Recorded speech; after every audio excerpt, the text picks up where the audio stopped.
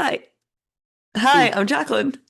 And I'm Courtney, and this is Caffeinated Ooh, Crimes. it's gonna be a rough one. I'm sorry, guys. I couldn't contain my ooh.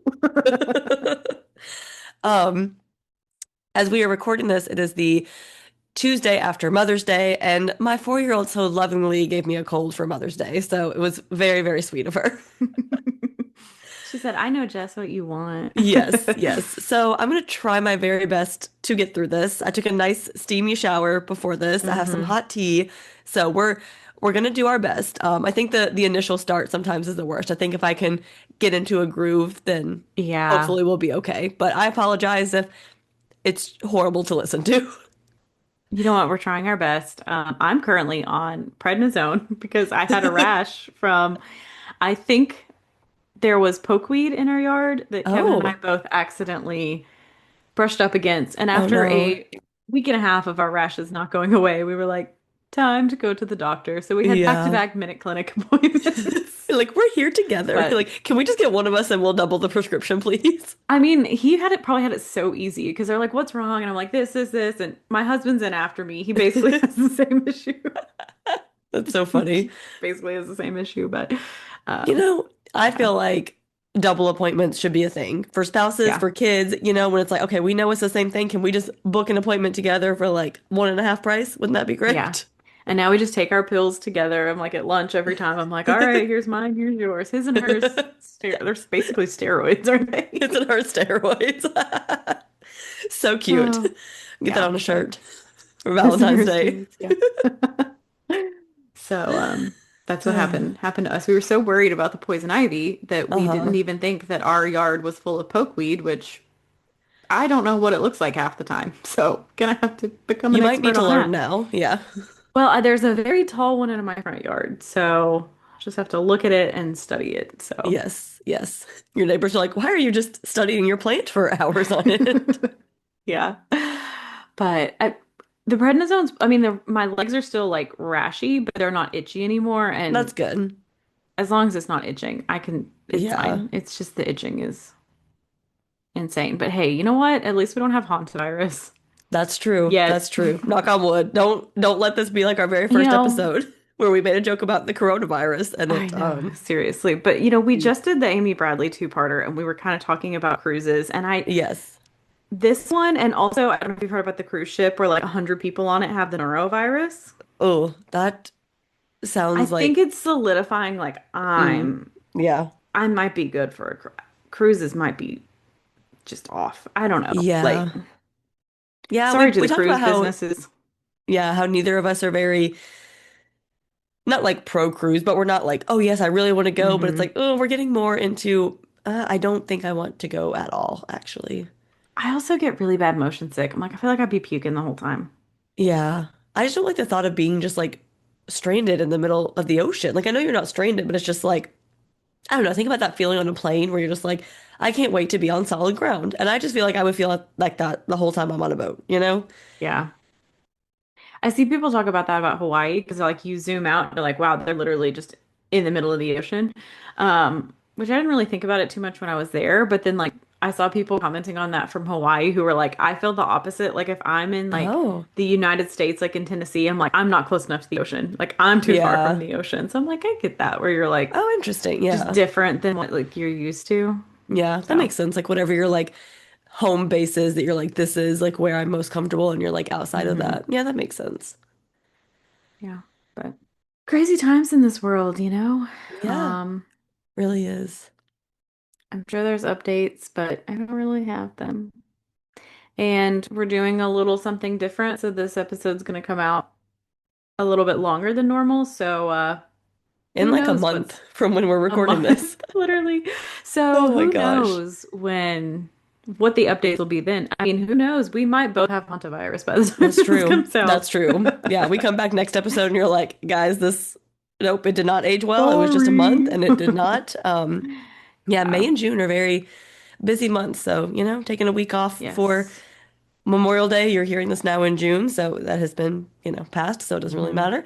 Anyway, I'm gonna stop talking because this is an espresso, so you get to hear my voice the entire time. So I'm gonna let Courtney take our exciting update, and then I'll jump back in and tell you a story. Get there. Okay. Yes. So as you know, we're constantly plugging our patreon.com/caffeinated crimes, plugging it here. And I guess it's working because we have three wonderful, beautiful, amazing new patrons. So thank you, Hughie, Kay Allen, and Becca Lynn. Those are just the names that were displayed. So those are the names I'm going to use in case, however you're wanting your name to be displayed. That's how I will say it. But thank you, three. We're so excited to welcome you to our little community here. Hopefully, you like our Yes. bonuses.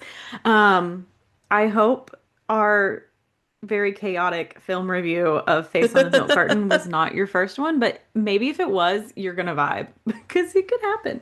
Yeah. Yeah. I did tell Courtney it is a very on brand episode for us. So, if that's Yeah. your first taste, that's it's not usually like that, but it's kind of what you can expect too. I feel like we do try to do a lot of serious ones, but sometimes we just gotta throw something a little bit lighter in there to kind of break it up, Yes. especially when we're doing all these heavy episodes, like regular episodes. So, but yeah, thank you three for joining. And if you want to be like them, get a shout out on our podcast, please join our Patreon. We would really appreciate you there. Get Discord access, bonus episodes, a lot of different ad-free episodes, a lot of different perks. So come join them. Yeah. And let us know what, prompted you this time around. Like, was there a specific thing that you're like, that's what hooked me in, that's why Yeah. I'm here? Let us know. Yes. All right. So my sources for this episode include an episode of Oxygen called Buried in the Backyard. A little bit of a spoiler there. Season Well, four, now I know what happens. season four, episode 12, A Family Affair, and also a case law website, like the court docs, where you can find like appeals and everything. So on November 30th, 2001, Delaware State Police received a call from the family of 61-year-old John Charbonneau. So his family lives in Vermont and John lives in Bridgeville, Delaware, and they haven't heard from him in a while, so they're starting to get concerned. John does have a heart condition, so they're worried that something has happened to him because they haven't been able to get a hold of him in a while. So the family asks police officers to conduct a welfare check at his house. When they knock on the door at John's house, there's no answer. There are also no vehicles in his driveway, and when they look inside the house, it appears empty. So officers decide to go into John's backyard to see if anything just kind of looks off. And so here they find a pile of tires in a corner. So there is a shovel inside one of them, and they're on top of a patch of dirt while like the rest of the yard is very grassy. So it's like a very obvious dirt pile, not like the whole backyard is dirt. So it does appear that someone recently dug up something underneath these tires. So officers call in the medical examiner and the state police investigators to start digging. They are very careful not to disturb any evidence in case this is a crime scene, which I feel like good on them from the very beginning for like these local police officers to be like, whoa, whoa, this is out of our hands. Like Hmm. I need to call in someone else because we've seen so many times and they're just like, oh, what's in here? And they start digging around and they're Yeah. like, whoops, I don't need to be a part of this. Oh, I So damaged all the evidence. yeah, Uh-oh. whoopsies. So yeah, from the very beginning, they're like, okay, we need to get some experts in here. So as they start digging, they find blood-soaked bed linens, and about a foot down, they come upon the decomposed remains of a human body. So it belongs to a middle-aged white male. His legs are like bent at the knees. He's lying on his side, and he's wrapped in these bloody bed linens. His hands are also bound behind his back, and he does appear to be in an advanced state of decomposition, so it does not seem like a recent death. I was thinking too how you were saying at the beginning of this, like how his family was concerned because he had a heart condition and they hadn't heard from him. I was just thinking recently, I listened to this podcast a lot called like The Vanished or whatever. I haven't listened to Hmm. him in a while, but I listened to him a lot. But it was like they would have like missing people's like families come on to like talk about it. And like they would always be like, and they had this like this medicine that their life depended on. They had to take it. Like they wouldn't have left without it. And I'm like, oh my God, that's me now. Like if I go missing and don't take my Yeah. Keppra, everyone's gonna be like, she wouldn't leave without her Keppra, which is kind of a weird feeling to have. Yeah, that is a weird thing to think about. Yeah. Well, you Anyway, heard it here first. If Courtney goes missing and her Kepra was left behind, Courtney did not go of her own I volition. only had a 3 month supply at a time, so after 3 months, we know something's wrong. So anyway, I was letting your voice have a little break, so I thought I Thank would you. have my little Thank you. anecdote because I haven't had any great commentary yet. So, Appreciate it. Oh, you will. Don't worry. We are just getting started. So, investigators initially believed that they have found the body of the homeowner, John Charbonneau. I mean, obviously, like, they are concerned because they haven't heard from him. They find a body that matches his description in the backyard. So they're like, clearly, this is this man. However, as they keep digging, they find a wallet with a driver's license belonging to a man named Billy Sproates. So now police are wondering, like, who is Billy Sproates and where is John Charbonneau? Like, what is happening? So when they look up Billy, they find that his brother David filed a missing persons report 5 weeks earlier. So Billy and David grew up with three other siblings in Magnolia, Delaware, and Billy was the oldest child. They lived on a farm, and all of the kids like worked in the fields before breakfast, and then they would return back to the fields after they ate. So very hardworking from a very young age. So when he grew up, Billy started working at a sawmill. So he was still a hard worker, often working from dawn until dusk. He didn't really date a lot. He was described as very shy, quiet, not very outgoing. But then he started dating a woman named Linda Lou. And yes, Linda Lou. But Lou is the last name, Lou. yes, Lou. Yes, is her last name. I've never heard of that as a last name. Yeah, Linda Lou. Quite a name. Anyway, So they fell in love and quickly got married. On October 18th, 2001, David and Billy had planned to meet up for a hunting trip. So it was the first day of deer hunting season and something they both looked forward to every year.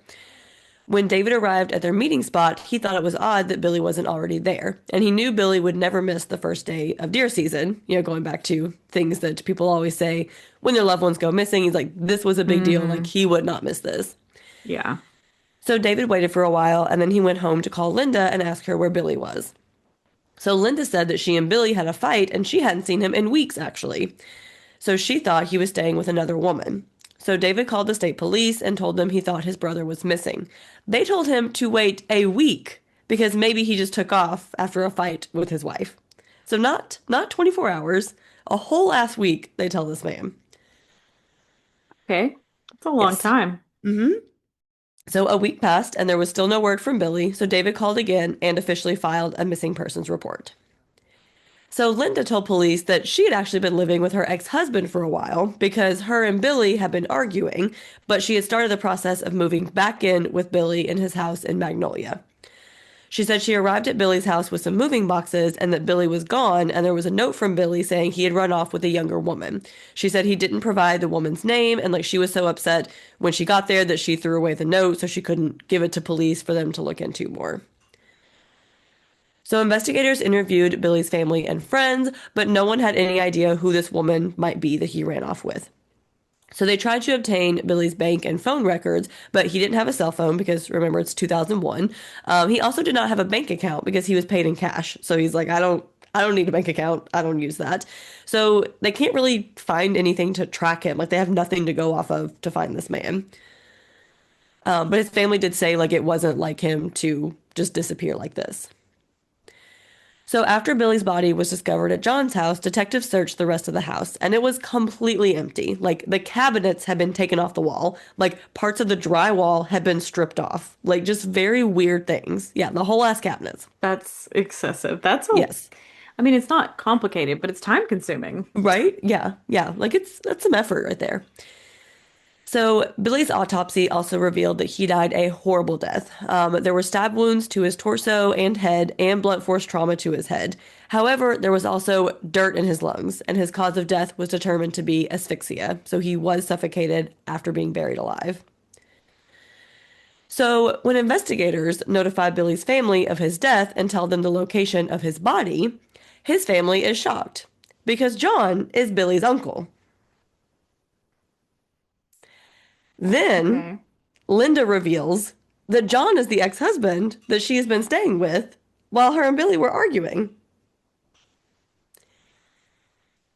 Yes, Okay, so she was living with her ex-husband while dating her ex-husband's nephew, married to her ex-husband's nephew. married to her ex-husband. So, Oh my God, and this is in Vermont? This is some South yes, shit. yes. Guess it happens everywhere. It's not just us. It's not It's just not just us. Not just us. Oh, Okay. so, yeah, so that's That's where we're at this point. So John had a very large family in Vermont, but he moved to Bridgeville, Delaware when he married Linda. And Linda had a daughter named Melissa from a previous relationship. Everyone said John was a great stepdad to Melissa, just really cared for her. And John and Linda were married for almost 20 years. So John's nephew is her nephew. Like 20 Yeah. years. Like you watched this person grow up. What's their age difference again? Do we Oh, know? hold on. Because that is weird. That's kind of me being like, oh, were you like 30 years old watching like the 14-year-old nephew and then now you're dating him? So Billy was 46 when he died, and John was 61, and Linda, Because she'd have to be late 50s. So there is a chance that she was like a 30-year-old woman looking at a 15-year-old. mm-hmm. This makes me think of oh, I'm gonna get this. No, maybe I'm gonna get this right. How Michael Jordan's son was like dating or married to like Scottie Pippen's ex-wife. Did you hear about that? Because Michael Jordan and Scottie Pippen play together Uh-huh.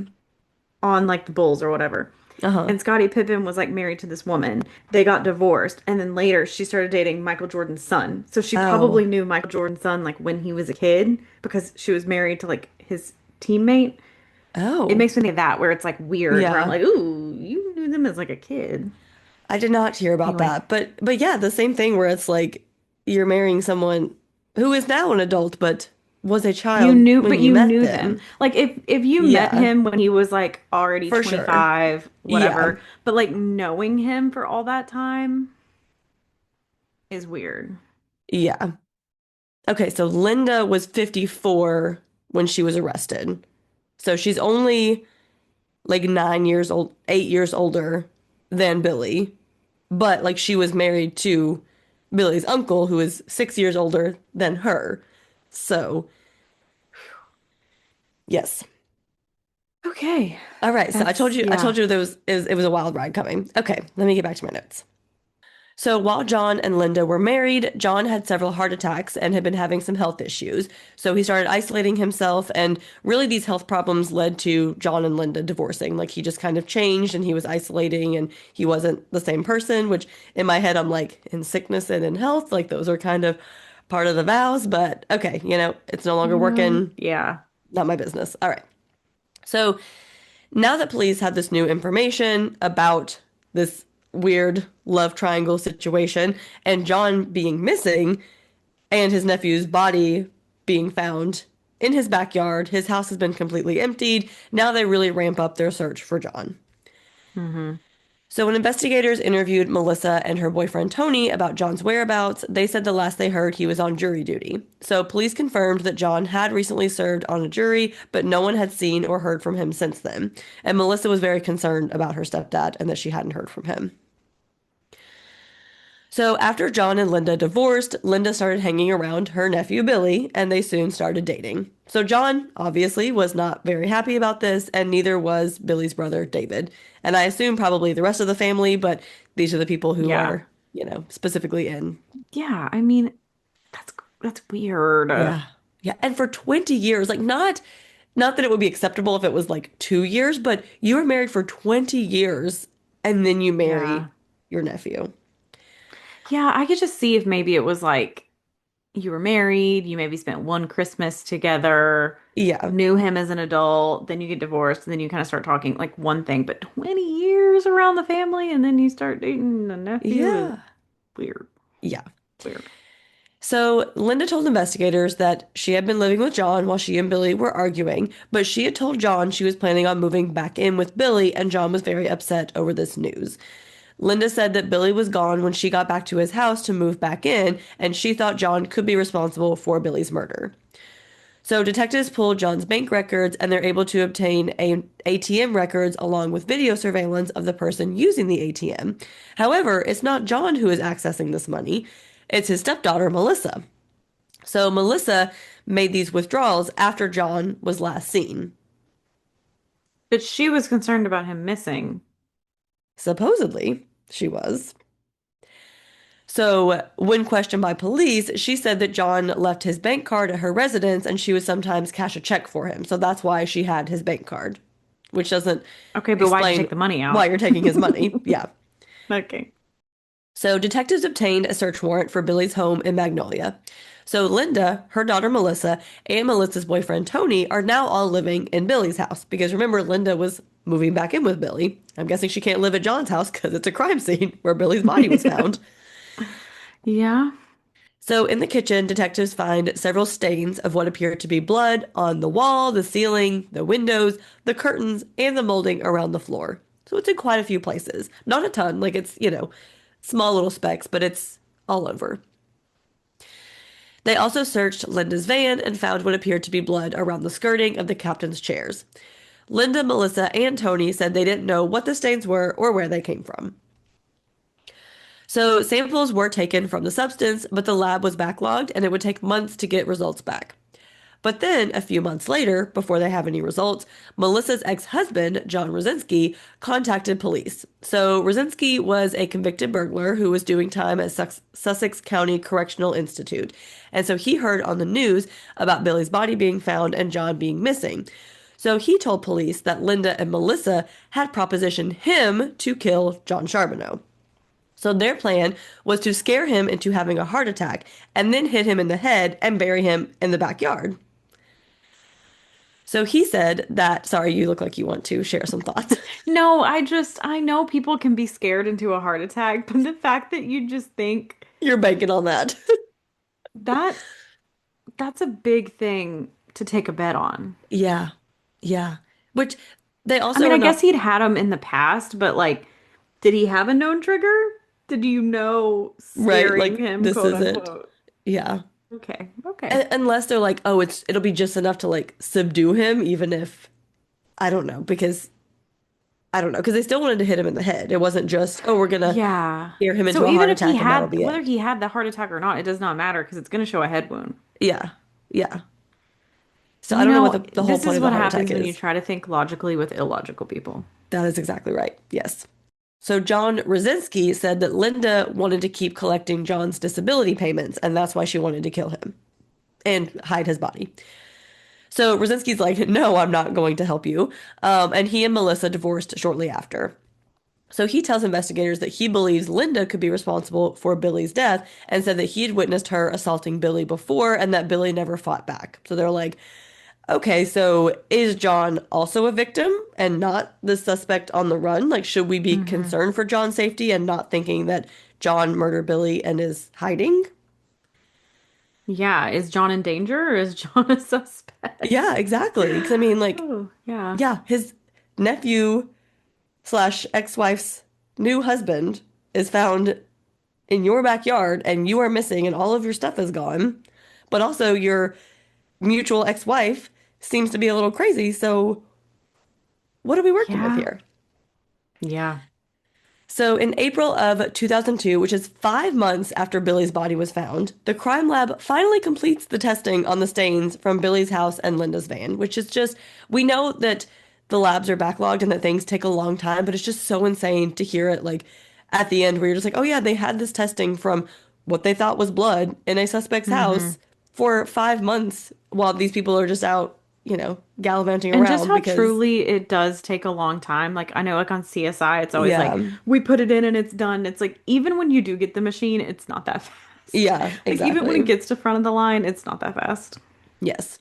So finally, 5 months later, the stains inside the house are confirmed to be blood belonging to Billy Sproates. And the stains inside Linda's van are confirmed to be blood belonging to John Charbonneau. So Billy and John's ex-wife, Linda, her daughter, Melissa Rosinski, and her boyfriend, Tony Brown, all had access to Linda's van and Billy's house, and none of them had solid alibis. So investigators are like, how do we identify the weakest link? Like, surely one of them will rat out the others. So Melissa was brought in and interviewed off and on for 8 hours, and finally she tells investigators what happened. So Melissa says that on September 23rd, 2001, her mom Linda called her and said tonight's the night. So she had been talking to Melissa about killing John and hiding his body so she could keep cashing his disability checks. Linda's plan was to leave the side door of the house unlocked so that Tony could get inside, because remember, Linda is living with him at this time. So Linda was going to hear something and ask John to go investigate and be like, "Oh, I'm worried someone's breaking into the house. Like, can you go see what's going on?" So Linda told Melissa that she walked into Tony hitting John over the head repeatedly. So I don't know if Linda's trying to say, "Oh, I was just gonna scare him," like she was saying Hmm. to the other John. And now she's like, "Oh, I walked in and like Tony is the one over here just like beating him over the head and not just breaking him and causing a ruckus." Yeah. She also said that John noticed her just watching and said, "Are you going to just let him do this to me?" So like this man's last words are like seeing his ex-wife just watch him get beaten to death, and he's like, "You're just gonna let this happen? Like you're just standing there watching it." That's so heartbreaking to think that you're Yeah. looking and being like, I'm letting you live in my house Right. after you married my nephew, Yep. and you're just gonna let this happen. Like, ugh, Yeah. Yeah. that's so sad. Yeah, it really is. So Tony beat John to death, and then they loaded his body into the back of Linda's van. Melissa drove, and Tony told her where to go. And once they were deep in the woods, Tony told her to stop the van, and he took John's body into the woods where they buried him. Then they went back to John's house, where they stripped the inside of all belongings, including parts of the wall and cabinets, apparently. And since Linda was in the process of moving back into Billy's house, she showed up at his house with some moving boxes. So Billy then noticed what he thought was blood on some of the boxes and questioned Linda about it. So she kind of gave him some vague answers, and eventually he started asking where his Uncle John was. He's like, "You've been staying at his house, and now you show up. There's what looks like blood on these boxes. Maybe his family said they couldn't get a hold of him, whatever." Hmm. So Linda told Billy that she wanted to talk, and when he came home, Melissa and Tony were also there. They beat and stabbed Billy and then transported him in Linda's van to John's house, where they buried him in the backyard. Like I mentioned earlier, evidence does show there was dirt in Billy's lungs, so he was buried alive. Which is horrific. But Yeah, so did they take the cabinets off to hide the blood? Was that their maybe. whole I mean, thought process, maybe? I guess. Yeah, Then you leave it it's on the never boxes. Like explained. it, Yeah, yeah. yeah, That's my only thing. I'm trying to think if you're like pulling out the drywall, because I mean, these are clearly not smart people. So I'm like, yeah, were they like, oh, there's blood on this, just throw it yeah, out? could be. But it's like you also left his body in that backyard, not very concealed. So it's like, Yeah, I don't yeah, know. I don't know. Unless they're like, "Oh, our blood is mixed in here because, when you stab Well, someone." unless they also thought they could be like, all right, John, we know is missing. No one knows where John is. They don't know what we did to John. Yeah, So we'll take him over there and they'll think John did this to yeah. Billy and took all. Because do we know when they took the cabinets down? Was it after John or after Billy? We just know it was gone. I I don't know. Yeah. Yeah. So for like some reason, they're taking it Yeah. down. So it's like they Yeah, think that they're could being be like so smart. But yeah, I guess they thought they were getting ahead of this, but probably. Yeah. So at the time of Melissa's confession, Tony was in jail on a parole violation for other unrelated things. So when police contacted him, he corroborated Melissa's story and agreed to take police to John's body. So on July 7th, 2002, investigators in Millsboro, Delaware took Tony into a secluded rural area about 50 yards from the road, and Tony pointed to John's grave. When investigators started digging, they find the body of John Charbonneau, and his cause of death was determined to be blunt force trauma, again, because Tony just viciously beat him over the head. So Melissa, Tony, and Linda were arrested on July 8th for the murders of both John and Billy. Linda blamed everything on Tony and Melissa and tried to claim she was an innocent bystander. The state agreed to give Tony Brown a plea deal and take the death penalty off the table if he would testify at Linda's trial. So Tony pleaded guilty to 2 counts of murder and life in prison. However, the prosecutor didn't think Tony would be seen as a reliable witness because he had been in prison before. So now they approached Melissa's attorney and asked if she would testify against her own mother. So Melissa agreed and pleaded guilty to murder two and conspiracy and received 25 years in prison. So during Linda's trial, Melissa said that Linda manipulated her and Tony into killing John so they could continue collecting his disability checks, and that Billy was murdered because he was suspicious and asking too many questions about John.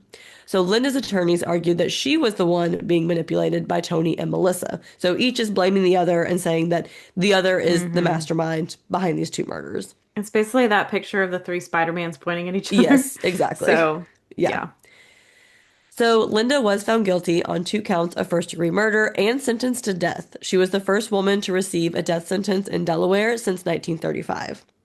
However, her conviction was then overturned after her attorneys argued that they were prevented from questioning Tony Brown during her trial. So 2 years later, during her second trial, Melissa refused to testify.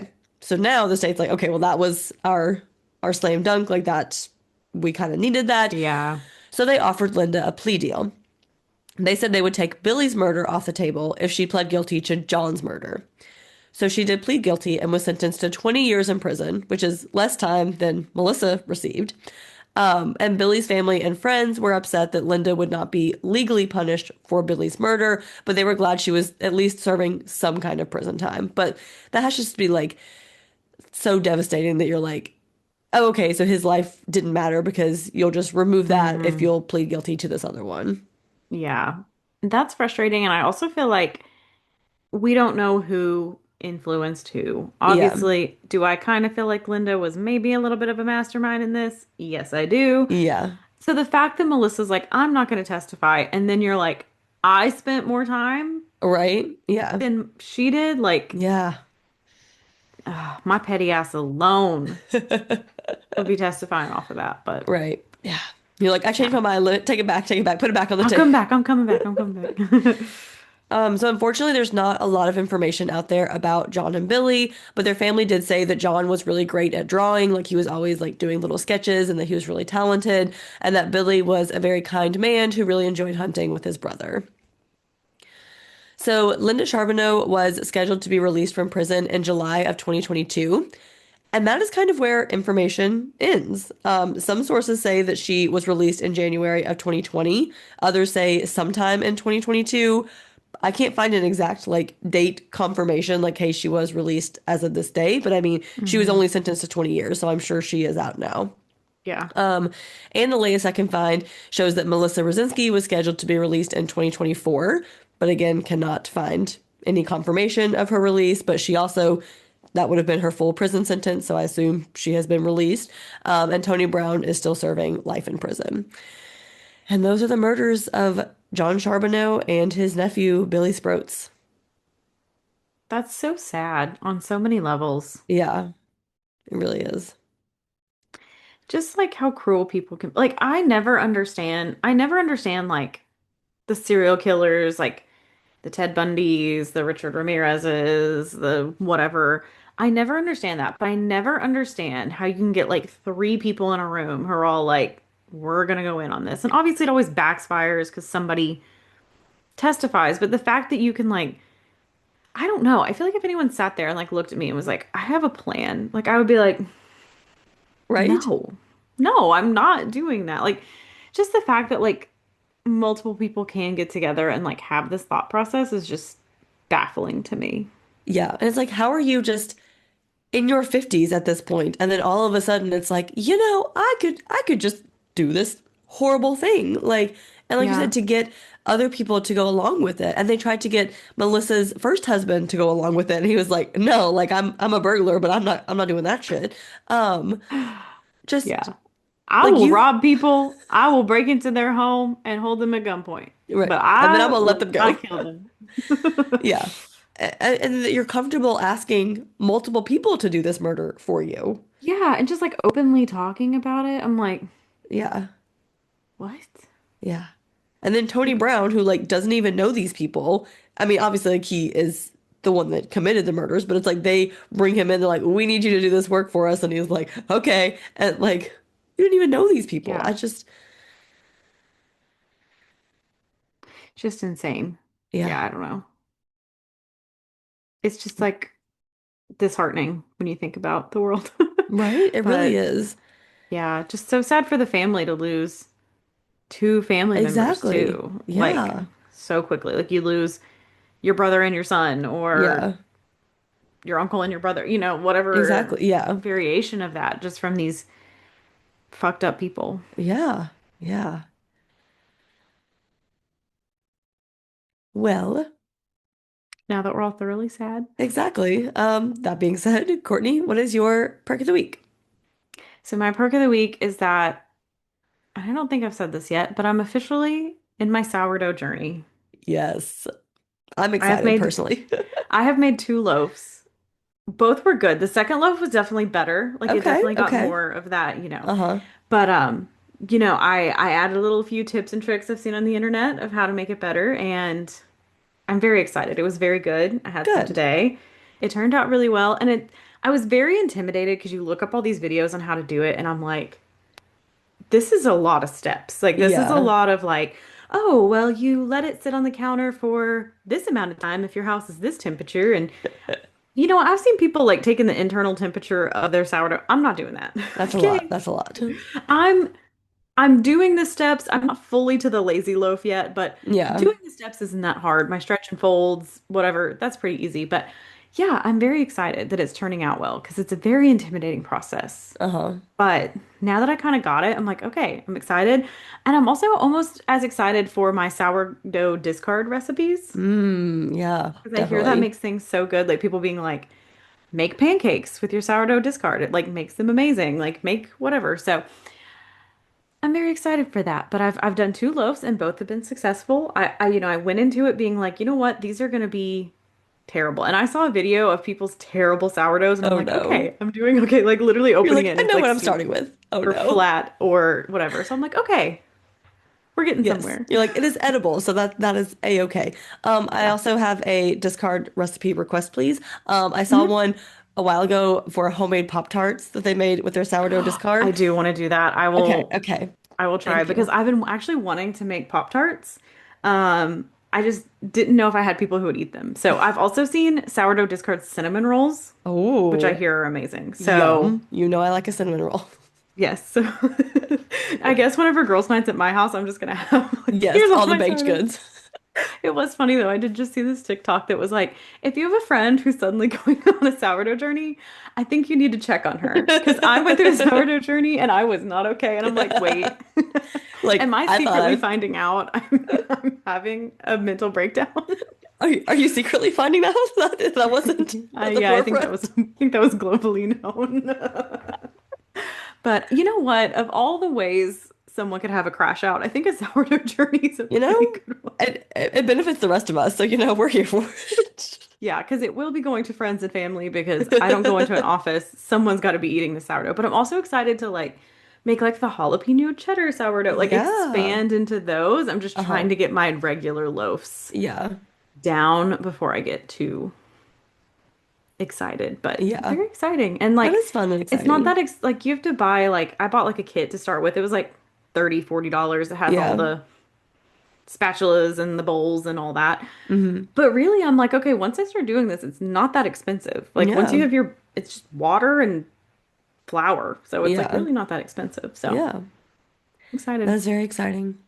Yes. But yeah, it'll be 3 weeks ago when you hear this, but at the time it's recording next week, girls' night is at my house. So I'm gonna have to see if I can, what I can do, if I can do just a Yes. sourdough or I don't know about the sourdough Pop-Tarts yet. That might be That expensive, but might we're be gonna some get there. time. That's a We'll get summer there. adventure. Well, Yes, it's yes, we'll get it'll there. come. But yeah, so that is my perk of the week. Jacqueline, what is your perk of the week?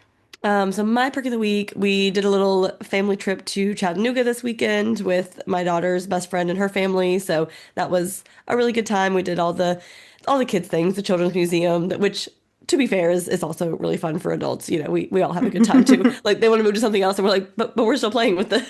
Like, what do you mean I was still here. I'm still making a rocket that I'm shooting at the stars over here, okay? Like I'm not ready to move. Um, and then the aquarium and the zoo and just, packed a lot of things into a short little trip, but it was a lot of fun. And my youngest is finally at the age now where she like enjoys the things that we go and do. And it's not just like, oh, I strap you on and like I feel bad that she's Hmm. like bored the whole time. I'm like, oh, she gets to actually engage in all the Yeah, things that we're doing. She learned a new word fish at the aquarium, so now we say fish. nice. Also, all animals are either dogs or monkeys. So at the zoo, she's like, "Hi, monkey. Hi, dog," to whatever animal it may be. And I'm like, Whatever it looks the closest "Yeah, to. yeah." I'm like, "That is a tiger. That or not a tiger, a jaguar. That is not a dog, but it's close." Close enough, But yeah. I did think it was funny because at the time of this recording, the last Monday was Mother's Day, that you and Tiffany both sent me pictures of both of you at the zoo. And I'm like, didn't think that's where, you know, not the top of most people's Mother's Day's list, but Yeah. it gets the kids out of the house, so That's true. Keeps them occupied. They run around, they have a good time. yeah. Yeah, Courtney said that, and I was like, yeah, we don't want brunch or relaxation. No, we want to chase our small children around wild animals. That's how we want to spend Mother's That's what we Day. do. Yeah, I let my mom like pick the day and just did whatever. And we went to She wanted to go to the Dollywood. zoo too. No, she did not want to go to the zoo. But we went to Dollywood because we hadn't been up Nice. yet. It Mhm. was the perfect day. There was nobody Oh, there. really? It was Nice. we Okay. there was like parking spots. Like we showed up at like noon, one. There was parking spots in like AB, like the first Oh, lot, wow. completely Wow. empty. We got right on Big Bear Mountain and rode it. Oh, that's Like exciting. literally there was no wait for like any of the Yeah. rides. Like it wasn't that whole like crowded, like packed. It was such a good day because it Oh, was just so nice. open. Yeah. And they have like their food and flower festival Uh-huh. and they had it was a blueberry waffle sundae thing. So it was like in a Mm, waffle bowl and it was like yum. blueberry waffle cone ice Uh-huh. cream with like a blueberry puree and like waffle cone bits on Oh, top. It was so good. that sounds But delicious. it was a very good day. So That sounds fun. Yeah. I also heard apparently that Memorial Day is a good day to go to Dollywood. Because I guess people are like at the lake or like just doing oh, that other. would make sense. See, I Yeah, always think the opposite because I think of these like days that I'm like, people are gonna like Mother's exactly. Day. I Yeah. was like, oh, that's like a great activity because people like travel or Hmm. Memorial Day, like people go, but that does make Yeah. sense that people usually have other plans. So Yeah. So I think we might try to go Memorial Day this year and I'll let you know. Or you can come with us if you want. Let's spend Memorial Day at Dollywood together. I'll let you know. It depends. I have a very busy week I coming was like, up. that I haven't heard about any plans that day. Okay, it's just the rest of the week. Yeah, that is true. Every other day, but that one I don't. I'll let you know. We'll see. Okay. Okay. We'll see Sounds where good. I'm at in my mental breakdown.